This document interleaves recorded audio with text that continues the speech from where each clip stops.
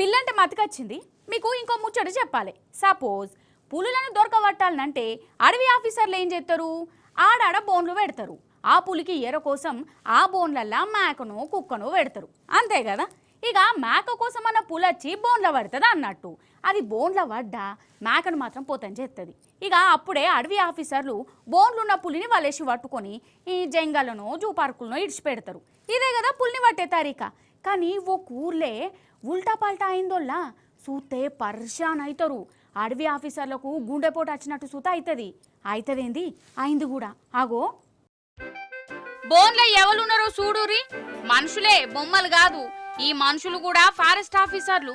అరే ఆవంటే బోన్ లోపల ఉన్న ఇల్లు పులిని పట్టుకునేదందుకు ఈ అడవి ఆఫీసర్లే ఎర్రలెక్క మారిపోయిర్రా అన్నట్టు.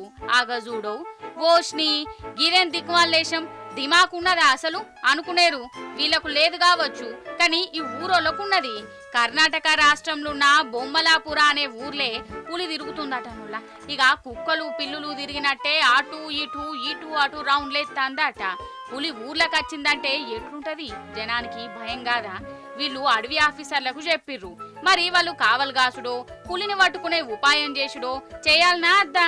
బొర్రంగా ఊరవతల ఒక బోన్ను పెట్టిర్రట. కానీ ఆ బోన్లకు పులచ్చులేదు, ఏమచ్చులేదు.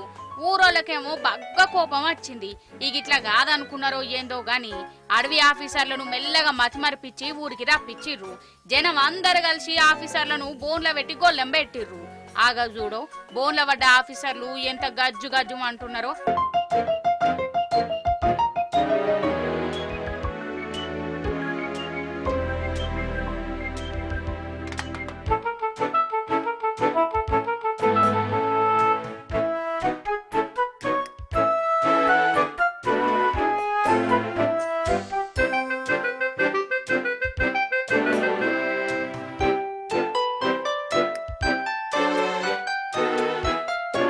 ఇక వాళ్ళు ఒక బతలాడు కాదు కదా, మేము ఇప్పటి సంది డ్యూటీ చక్కగా చేస్తాం, మీకు దండం పెడతాం, మేకను పెడతాం, కోళ్లను పెడతాం, మమ్మల్ని ఈడ్చిపెట్టుర్రి అనుకుంటా దండాలు పెట్టుడట.